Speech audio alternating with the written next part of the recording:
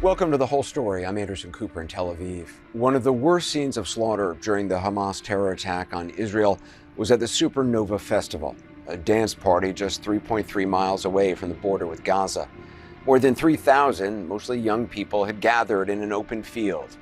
It became a killing field, the site of the single biggest loss of civilian life in Israel's history. Over the course of about 6 hours, terrorists killed more than 260 people there. Many were slaughtered at the site, others were ambushed or hunted down as they tried to flee. We still don't know how many party-goers were kidnapped and how many of those people may still be alive, being held somewhere in Gaza.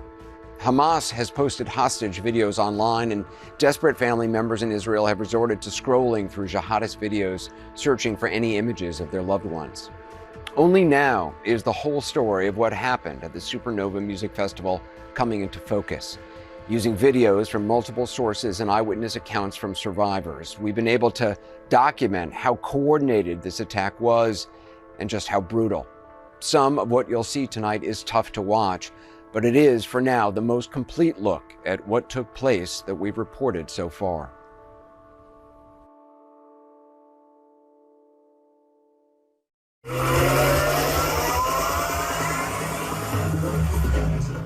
It was 6 a.m. on Saturday morning, October 7th.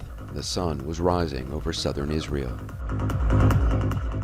I was standing with a friend, and we looked together at the sunrise, and I told her, look how beautiful she is. What a magical sunrise, what a magical day.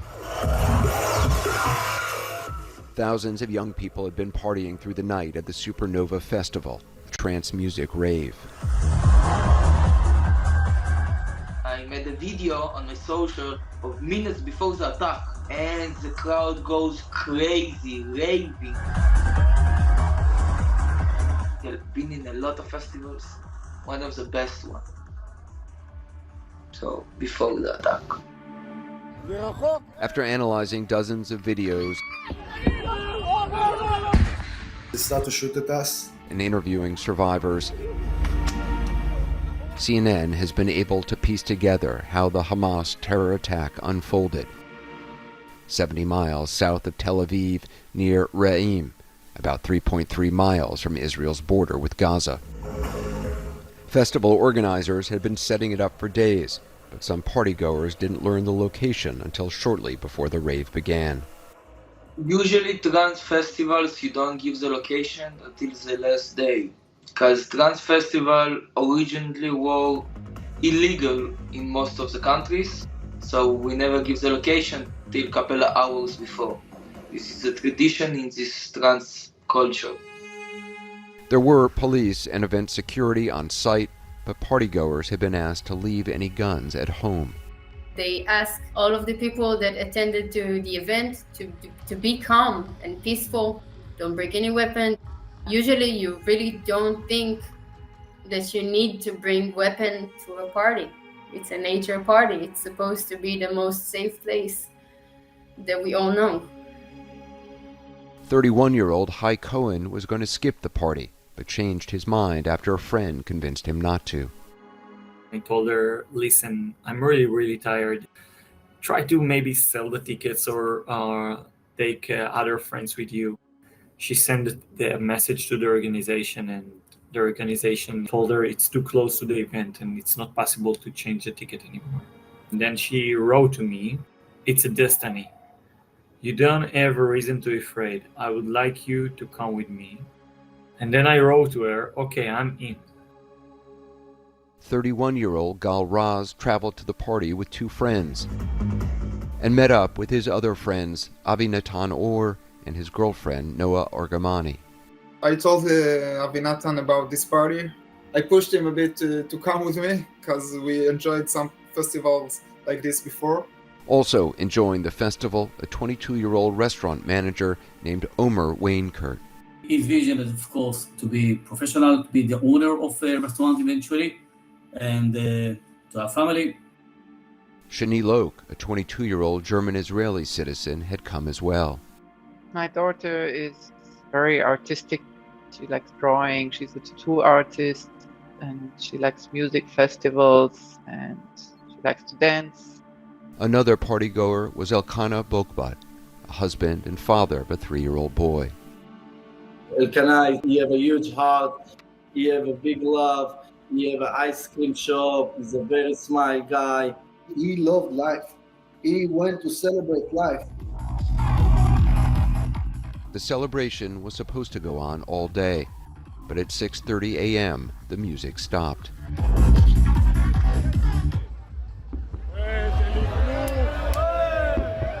The music shut down. It sometimes happens.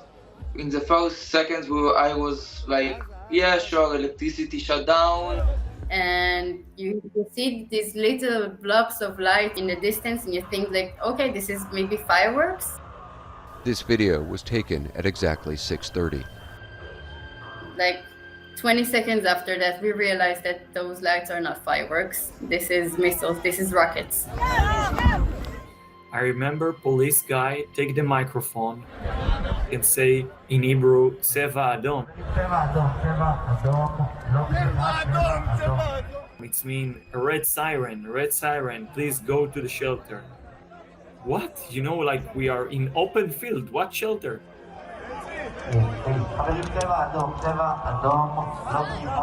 When you are in open area like that, the best thing is that you can do is to lie on the ground and put your hand on your head. Partygoers could hear the rocket warnings, Everything okay? but many were not concerned.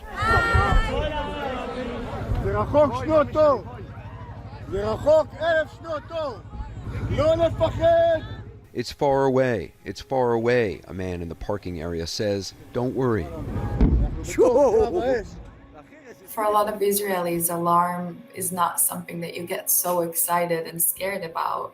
I didn't get nervous because I used to it. Because in Israel, every few months from Gaza, we're surrounded by enemies. So I used to see so many rockets over my head. So I was chill. Rockets aren't unusual in southern Israel, but armed paragliders are. Between the rockets, you can see them coming from above, but I didn't think it was any kind of danger. We saw the paraglidings from afar, but we never occurred that they carry terrorists inside of them. You can hear a woman asking, what's happening? It was around 7 a.m., and some partygoers were already trying to get out. I understand something really getting wrong when I start hearing the live shooting. The live shooting, I could recognize by the type of the shooting. This was terrorist and not IDF power. There's 3 types of shooting. One is like single, pow, pow, pow. One is going like a light, pow, pow, pow, pow, pow in a rhythm. And there is like open fire, ta ta ta ta ta ta ta ta. There's rules in IDF how you shoot and very carefully. So I could understand this is not IDF, this is terrorists attacking us and shooting us. It was far away, but you could hear that. And then I understand, yeah, we need to get away from here. Ainor Cogno, a 25-year-old photographer, got to his car and out of the parking area. There was like small jam of cars, but the policemen between the field and the main road stopped us. He says they told him there was shooting on the road north and he should head south. I was probably one of the last ones who escaped that without getting the live shooting on me. Just decided that I want to drive away from here. Maya Alper was working the festival and got to the parking lot around the same time as Ainor. I got into my car, which because I was like really close to the exit, so I didn't get stuck that much in the traffic of people going out. So I was able to get out of the party space and into the road, and I thought I was safe. Unlike Ainor, Maya drove north toward Tel Aviv. But Hamas gunmen were already on that road ahead of her. They'd arrived on motorcycles and in trucks, armed with automatic weapons and grenade launchers, and quickly closed in from 3 directions. As this drone video shows, the traffic jam of cars trying to leave would prove deadly. The cars were stuck. And And then a few moments later, an officer coming towards our way, terrified for his life, and he's screaming like, there is terrorists, they're shooting people. You need to leave your cars, leave everything here, and run for your life. Hamas came from the west. They also were coming from the north and from the south. So heading east through this open field was the only way for many people to try to get out. The problem was it's an open field and they were easy targets.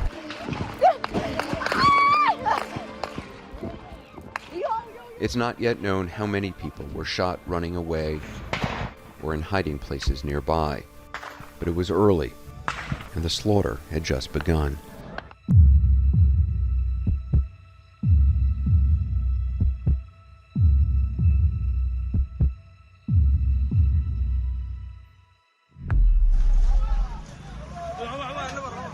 Hamas gunmen had breached the fence separating Israel and Gaza in multiple locations, according to the IDF. By 7 a.m., they were along this entire stretch of highway. Police and festival security exchanged fire with the heavily armed attackers, but they were outgunned and outmanned.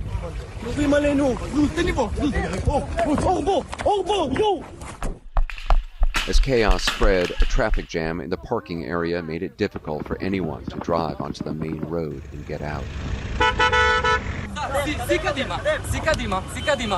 You cannot go from everywhere, only one line to the roads. You really get a sense of just the chaos that took place here as partygoers started to realize what was happening. Many rushed to the parking lot trying to get into their vehicles, but they never made it out. Those who were able to drive north or south quickly realized Hamas gunmen were waiting for them.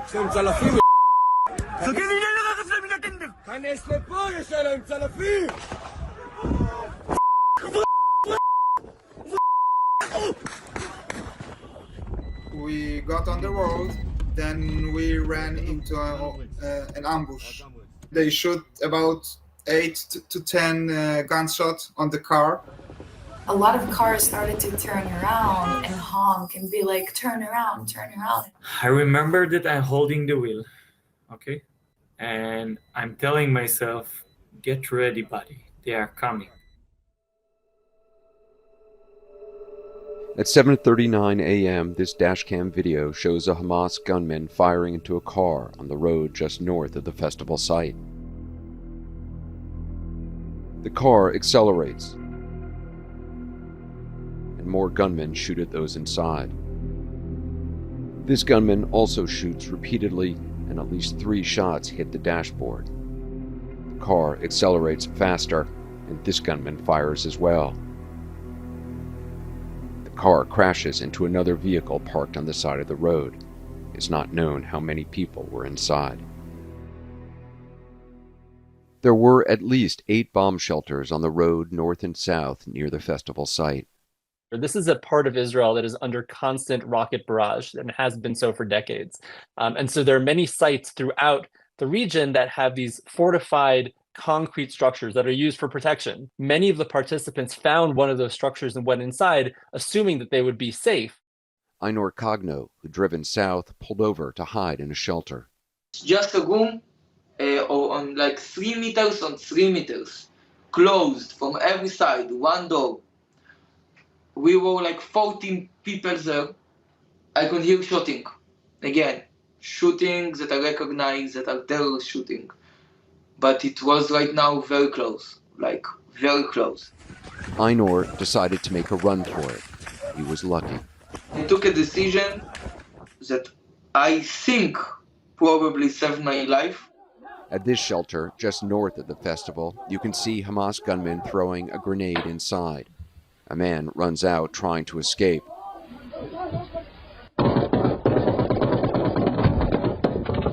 He was immediately gunned down.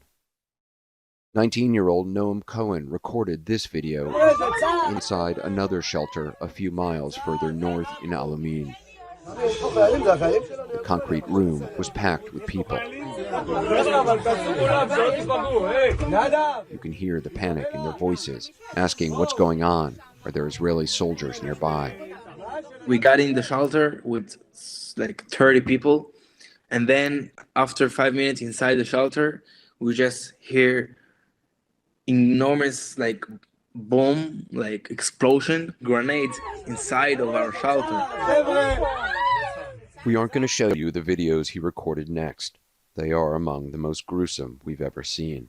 The deadliest kind of the grenades, those kind of grenades that throw pieces all over, metal pieces, screws. I don't know what they put in there. They saw my friends exploded in front of my face. Noam says he hid under body parts to survive. That's him, terrified but alive. It was a horror movie. We found the shelter in the town of Alamein. Someone had put a curtain up over the doorway, but nothing could hide the smell as you enter. My cameraman, Neil Halsworth, who's experienced a lot of war, began to retch and had to step outside.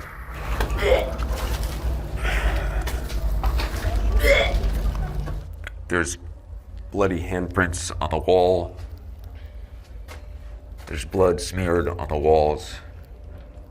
You can see probably these are either bullet holes or from the grenades that were thrown in here. Body parts have already been collected from here, but blood-soaked clothes and shoes remain. This looks to be a bloody handprint. This shelter is no more than 15 feet long, maybe 5.5, 6 feet wide. The idea of so many people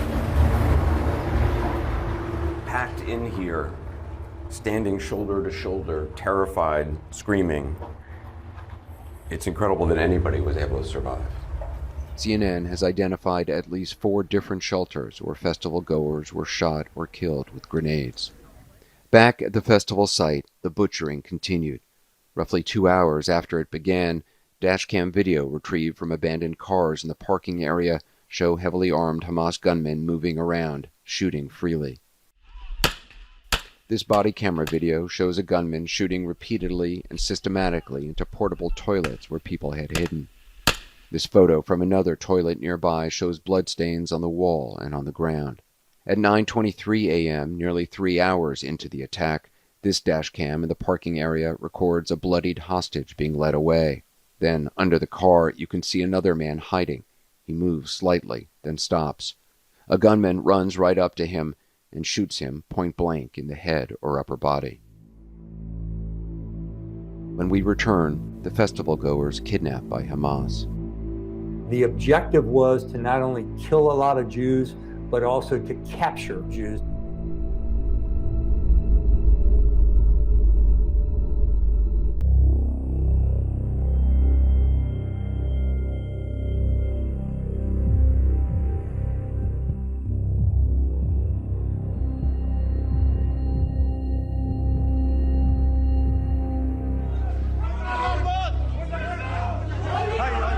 Those who were killed and those who've gone missing and are presumed being held hostage in Gaza.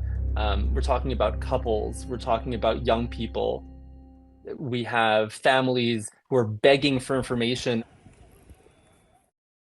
Ikana Bakbut, Noah Argamani, Avi Natan Or, Shani Lok, and Omer Weinkert are just some of the festival goers who were kidnapped. The situation is brutal. Omer is 22 years old, civilian, restaurant manager. He has nothing to do with the situation. Ricardo Grichener's nephew, Omer Weinkert, was last seen in the back of this pickup truck. His family wants the world to see this video. Omer had been stripped of his clothes and was being hit repeatedly. That you don't know anything is devastating. The parents are devastated. They cannot sleep. They cannot eat. Omer's grandmother is a Holocaust survivor. אני מאוד מקווה עוד לראות אותו בחיים. Celie says that there is no other thing that a Holocaust survivor can hear. She's 82 years old. she's not ready for this hearing this kind of dreadful news. It's not known how many people were kidnapped from the festival, but in total, Israeli authorities have said as many as 150 men, women, and children may have been taken from multiple locations. Many families have had to scour jihadist videos online looking for any sign of their loved ones. We have heard from families of those that are believed to have been abducted, essentially piecing together on their own what they believe happened, using their last messages from their loved ones, using photos that others took, and using other survivors who were potentially with them, and trying to piece together exactly what happened in the final moments before they were taken by Hamas. Hamas posted this video of Elkanah Bakbert tied up and terrified. This is the only image his brother has found of him. All of his friends that go to this peaceful music festival, I'm trying and I try and I keep trying till someone, one of them told me, I just saw you brother on the video, this video coming from the other side, from Gaza side. Hamas posted this video of Noah Argamani forced onto a motorcycle. She's screaming, "Don't kill me," reaching out to her captured boyfriend, Avinatan Or. The couple had earlier sent out this photo while hiding near bushes at the festival. We suppose they probably were hiding for 3-4 hours, begging for help. They started hiding after hearing the massacres and the shooting. Shlomit, you're a childhood friend of Noah's. Talk about, what is she like? Noah is one of a kind person. She's very caring, down to earth, very fun, very ambitious. She takes her studies very seriously. Her mother, Leora, is suffering from cancer, and she's really helping her, taking care of her. And Leora, what would you want your daughter to hear right now? If she might hear this, what do you want her to know? We are waiting for her at home. I want people to know that those are innocent people that were just wanted to have fun, and they just been slaughtered, been killed. Hundreds of people are missing, and my best friend is one of them. We want to bring her back as soon as possible. We need all of the kidnapped people here. Most of the estimated 150 hostages were taken from the festival and various kibbutzim, small farming communities very close to the Gaza border.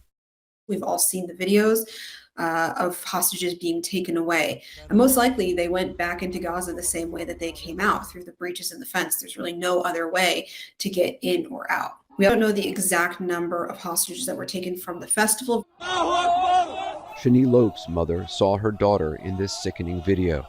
She'd been stripped and appeared unconscious, lying in the back of a pickup truck with one gunman's leg draped over her waist and another holding a clump of her hair.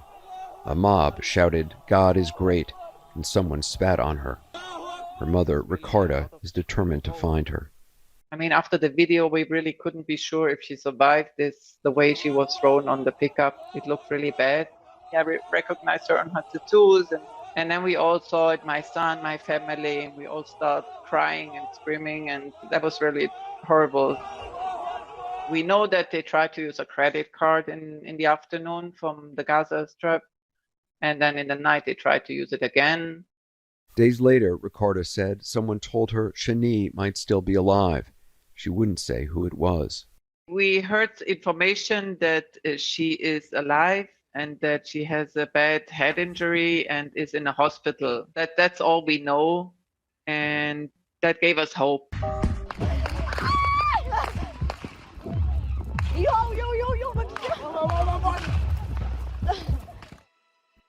As Hamas gunmen roamed the festival grounds, slaughtering unarmed civilians, many partygoers tried to escape on foot.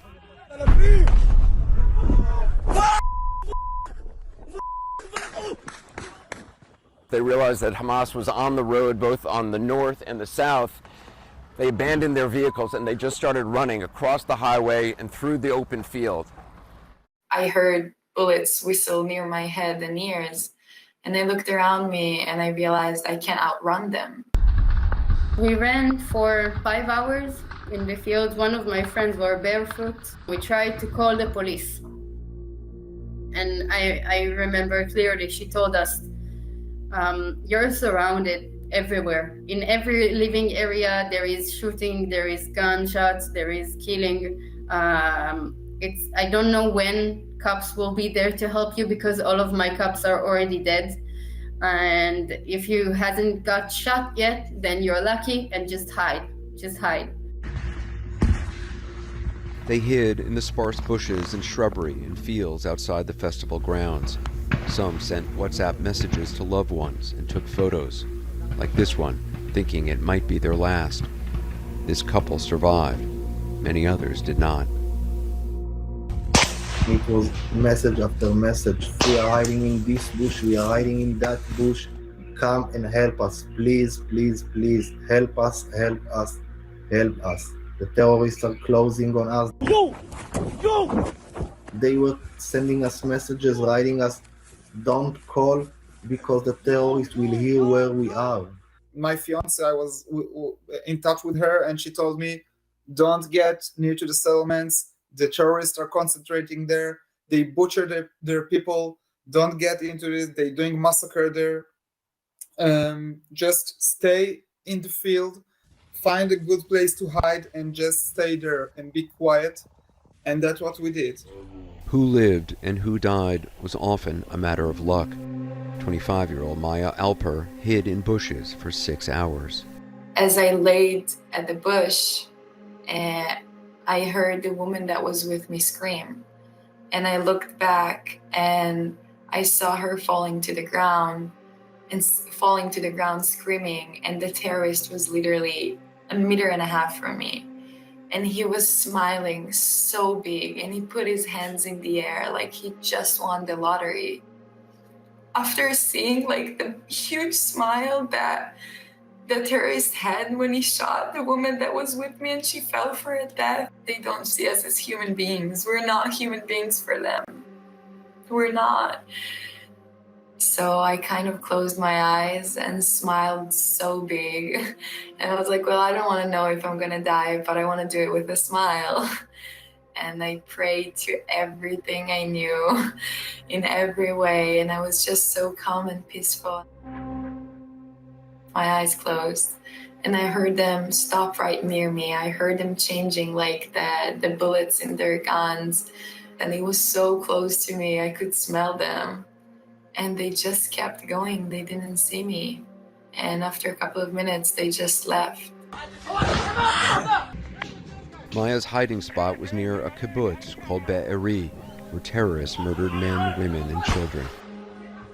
Only later would Maya learn that her younger brother, a soldier in the army, was fighting to retake control of Be'eri as she was hiding. 6 hours straight, hearing gunshots and bombs and alarms and screams of women and children. To survive, Maya says she leaned on meditation and breath work, which she's been practicing for years. For breathing, for believing, for praying for myself.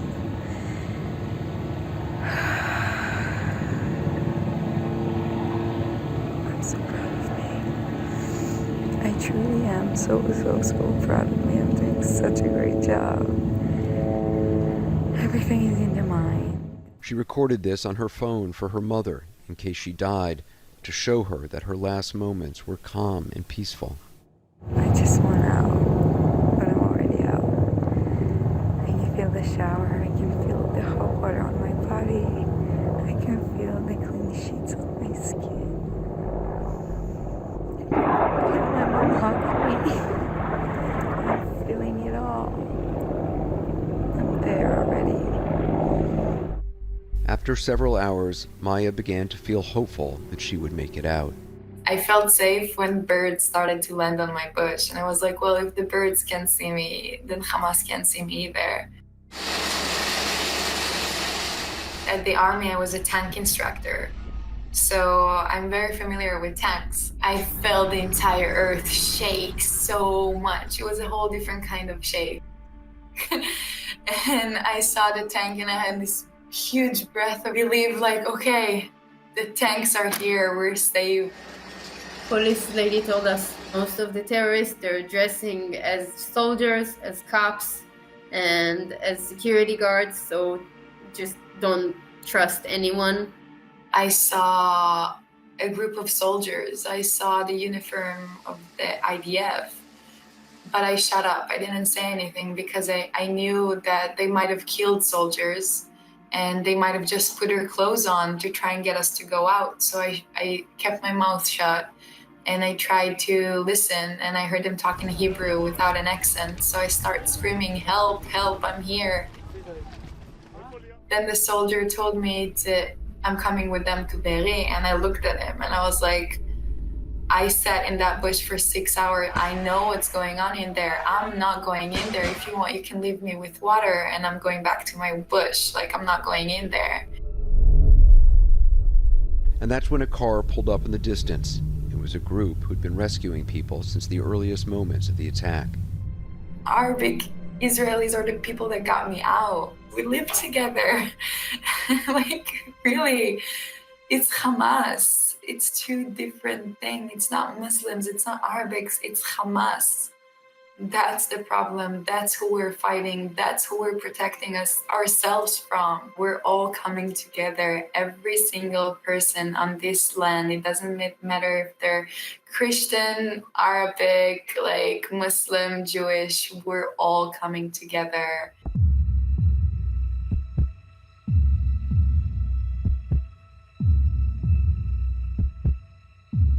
This is not an uprising. This is a coordinated attack. This kind of attack really had to have been planned for months in advance. A devastating attack, a highly sophisticated attack. Hai Cohen was at the Supernova Festival when the terror attack began. When rockets first appeared in the distance, he and others lay on the ground, thinking they'd wait it out. But then he got a warning from his brother. This wasn't just rockets. It was terrorists inside Israel. But not like 2 or 3 guys. Something like 10 terrorists. And it was never happened in Israel. Never. And I told myself, okay, buddy, listen, get ready. It's gonna be ugly.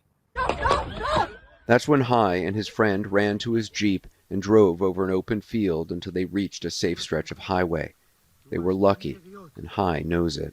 They knew everything, every single matter in that area they knew, because they attack in perfect way. Sorry that I'm saying that, but they did it perfectly. This was a very severe, it's not planned last week. This is months at least in the planning. A lot of foreplanning by Hamas militants, even paragliders flying over the Gaza fence and into Israel proper. These motorized gliders, which help them seize the element of surprise and get even further into Israel before anyone was able to respond. It was almost precision flying toward an objective. You would not expect that from a terrorist group. Months before this terror attack, Hamas and its affiliates posted propaganda training videos of armed gunmen flying paragliders, practicing takeoffs, landings, and assaults. Metadata analyzed by CNN reveals this training actually took place more than a year ago. They had trained on how to use them in formation and then use them to get to a location to contribute to the attack. That is rapid insertion. The Western militaries call that an airborne assault. When you go quickly behind enemy lines and you're not expected there, this is exactly what those paragliders were attempting to do. Gunmen in cars, motorcycles, and on foot closed off the exits north, south, and west around the festival site. They knew to block the roads. They knew what they were doing. They had so much weapon.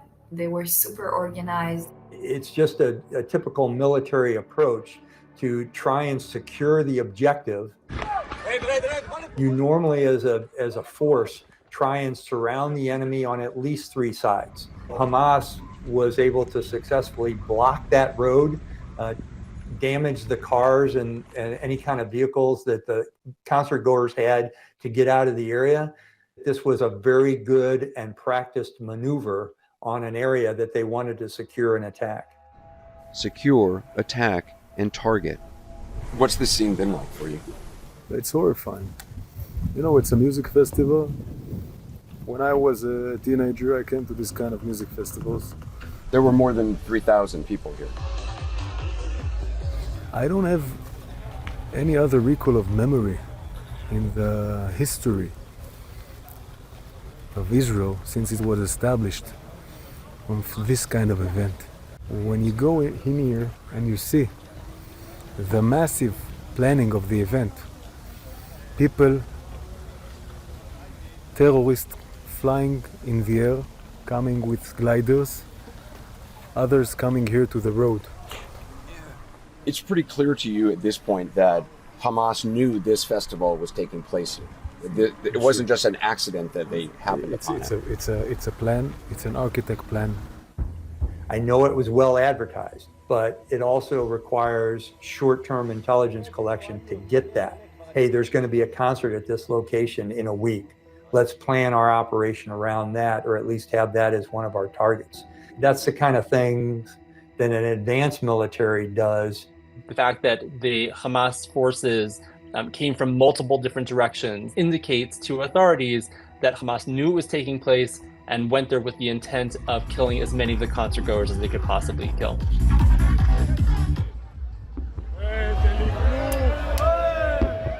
I think at least 1 week, at least. And, you know, before festival, you're doing test event for the music and for the speakers. So they knew that we are there. Definitely, they knew that we are there. They was ready, like elite special forces soldiers. They was ready. Ready for a massive terror attack that a senior Hamas official claims was 2 years in the making. CNN has geolocated at least 6 training sites across Gaza, 2 of them a little more than a mile from the most fortified and patrolled section of the Gaza-Israel border. They were training, it seems, in plain sight. According to satellite imagery, some camps were enlarged by converting farmland into more terror training areas. You see the scale and the scope of some of those camps. Militants trained at least 6 sites across Gaza, including camps just over the border with Israel. All planned, it's believed, by a shadowy Hamas commander known as Mohammed Al-Deif, the guest. From the beginning of his life, he was very much interested in fighting the Israeli occupation. He's known as Al-Deif, the guest, because it's claimed he moves location every night. And I think that was very clear that when they went to this music festival, just a bunch of young people partying in the desert, they did so with as many of the participants as they possibly could.